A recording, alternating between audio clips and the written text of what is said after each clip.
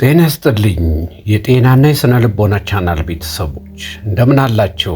ብዙ ሰዎች ስለ ኩላሊታችሁ ጤንነት፣ ስለ ኩላሊት መድከም ትጨነቃላችሁ። ስለ ኩላሊት ተግባር፣ ስለ ኩላሊት መድከም መንስኤዎች፣ የኩላሊት ምልክቶች፣ የኩላሊት ጤንነትን ለመጠበቅ የሚረዱ ምክሮችን ይዤላችሁ መጥቻለሁ። ለቻናሉ አዲስ ሆናችሁ ላይክ፣ ሼር፣ ሰብስክራይብ ማድረግን አትርሱ።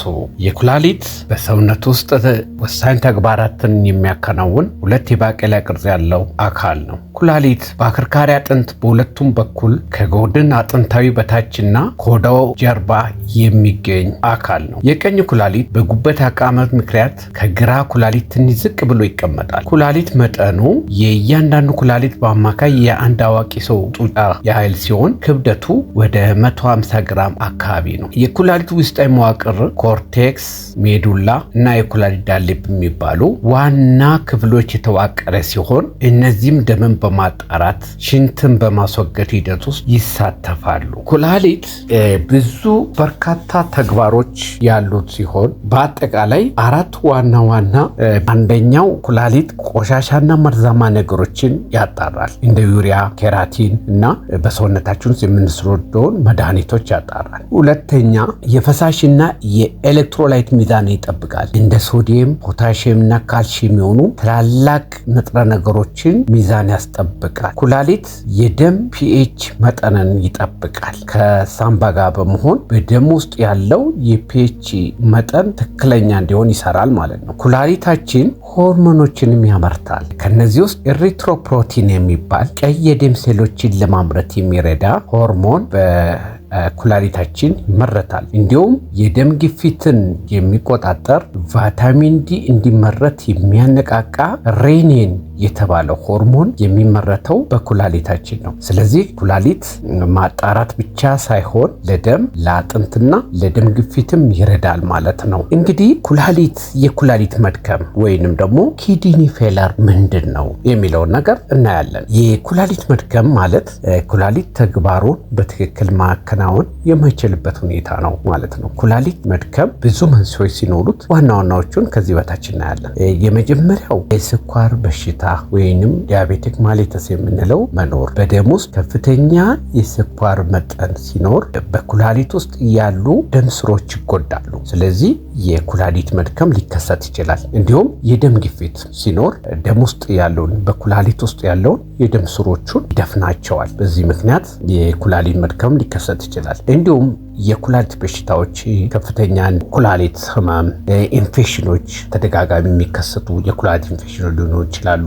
አንዳንድ ኦብስትራክሽን መዘጋት በጠጠር ወይንም ደግሞ በፕሮቴስት ወይንም ደግሞ በእጢ ሊሆን ይችላል። የኩላሊት እና በኩላሊት አካባቢ ያሉ ነገሮች የመዘጋት ሁኔታ ለኩላሊት መድከም መንስኤ ሊሆን ይችላል። የደም ፍሰት መቀነስ በተለያየ ምክንያት በውሃ እጥረት ወይንም በዲሃይድሬሽን ሊሆን ይችላል።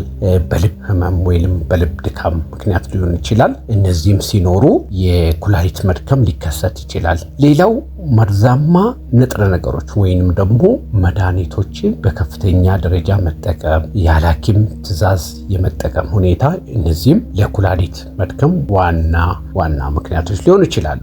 በአጠቃላይ የኩላሊት መድከም ወይንም ደግሞ ኪድኒ ፌለር የምንለው በሁለት ማየት እንችላለን። የመጀመሪያው ድንገተኛ የኩላሊት ጉዳት ወይንም አኪዩት ኪድኒ ኢንጁሪ የሚባለው ነው። ይህ በድንገት የኩላሊት ተግባር ማቆም በጥቂት ቀናት ውስጥ ሊከሰት የሚችል ሊሆን ይችላል እና ቀደም እንዳልኳችሁ በድርቀት ወይንም ፈሳሽ በቂ አለመኖር፣ በሰውነት ውስጥ ያለ ፈሳሽ አለመመጣጠን ወይንም ደግሞ ብዙ ፈሳሽ ካለመውሰድ፣ በተለያዩ አኪዩት በሆኑ ወይንም ደግሞ አፋጣኝ በሆኑ ህመሞች የሚከሰት ሲሆን የእንደዚህ አይነቱ የኩላሊት ጉዳት በፍጥነት ሕክምና ከተደረገለት ሊስተካከል የሚችል ይሆናል ማለት ነው። ሁለተኛው የኩላሊት ችግር ወይንም ደግሞ ክሮኒክ ኪድኒ ዲዚዝ የምንለው ስር የሰደደ የኩላሊት በሽታ የምንለው ቀስ በቀስ ለወራት ወይንም ለዓመታት መጎዳት ምክንያት የሚመጣ ሊሆን ይችላል።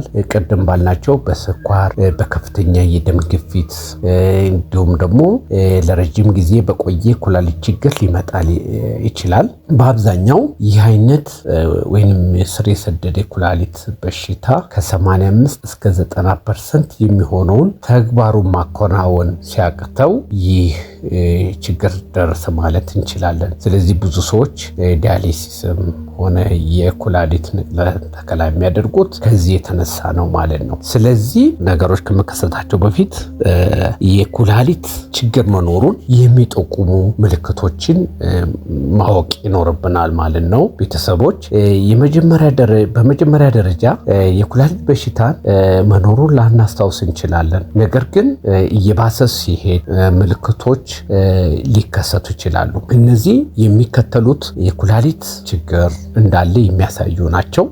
ነገር ግን ያው የሚረጋገጠው በምርመራ ሊሆን ይችላል። የመጀመሪያው የሽንት መቀነስ ወይም መለወጥ ሊሆን ይችላል። ከወትሮ ካለው የሽንት መጠን በከፍተኛ ሁኔታ መቀነስ፣ የከለሩን ሁኔታ መቅላት ሊሆን ይችላል። ወይም ደግሞ ከኖርማል ካለው ከለር የተለወጠ ሊሆን ይችላል።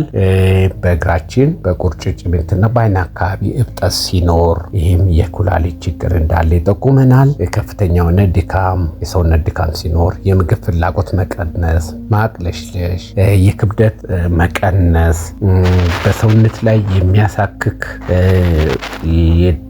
የቆዳ መድረቅ፣ የአጥንት ህመም፣ አንዳንድ ጊዜ ደግሞ የትንፋሽ እጥረት ሊኖር ይችላል። እንግዲህ እነዚህ ምልክቶች ካሉ ሌሎችም ምልክቶች ሊታዩ ይችላሉ። ከጤና ባለሙያ ጋር መመካከር፣ ምርመራ ማድረግ ያስፈልጋል ማለት ነው። የኩላሊትን ጤንነት ለመጠበቅ የሚረዱ 7 ድርጊቶች ወይም ደግሞ ልማዶችን እነሆ አሁን በተራ እናያለን። አንደኛው ልምድ 1 ውሃ መጠጣት። በቂ ውሃና ፈሳሽ መጠጣት የኩላሊት ህመምን ለመከላከል ይረዳል። በአብዛኛው አዋቂዎች እንደ አየሩ ሁኔታ፣ የአካል ብቃት እንቅስቃሴና የጤና ሁኔታ ከ2 እስከ 3 ሊትር በየቀኑ ውሃ መጠጣት ያስፈልጋል። ሁለተኛ ጤናማ ምግብ መመገብ። ጤናማ ምግብ ጨው፣ ከመጠን በላይ ፕሮቲንን ማስወገድ፣ የታሸጉ ምግቦችን ከመመገብ መታቀብ።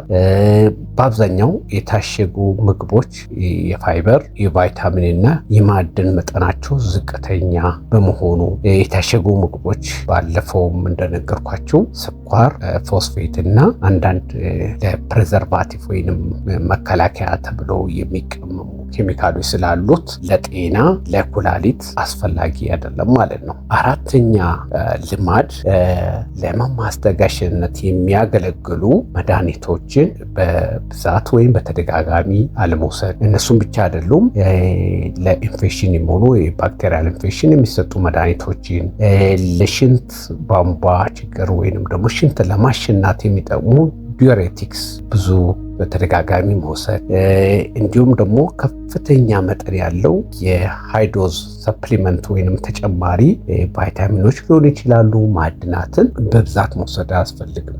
እንደሚታወቀው ቫይታሚኖች እና ሚኔራሎች በሰውነታችን ውስጥ በትንሹ ነው የሚያስፈልጉትና እነዛም በሐኪም ትዕዛዝ ብቻ ነው መወሰድ ያለባቸው እንጂ ሰፕሊመንቶችን በብዛት መጠቀም ለኩላሊት ችግሮች ሊዳርገን ይችላል።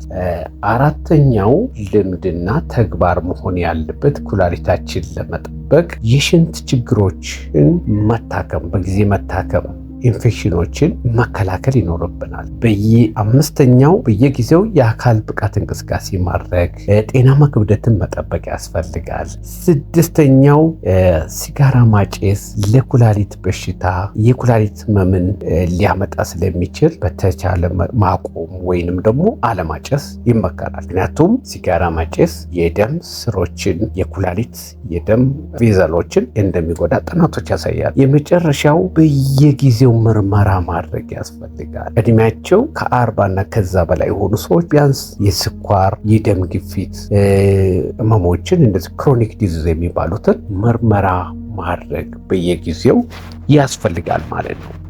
ስለዚህ የኩላሊታችሁን ጤንነት አጠቃላይ ጤንነታችሁን በመከባከብ የስኳር፣ የደም ግፊት፣ የኩላሊት በሽታ ምርመራ በማድረግ በቤተሰብ የበሽታ ታሪክ ካሉት በየጊዜው በመመርመር የኩላሊታችሁን ጤንነት ጠብቁ እንላለን። እባካችሁ ለዚህ ቻናል አዲስ ሆናችሁ ሰብስክራይብ እና ኮሜንት ማድረጋችሁ አትዘንጉ።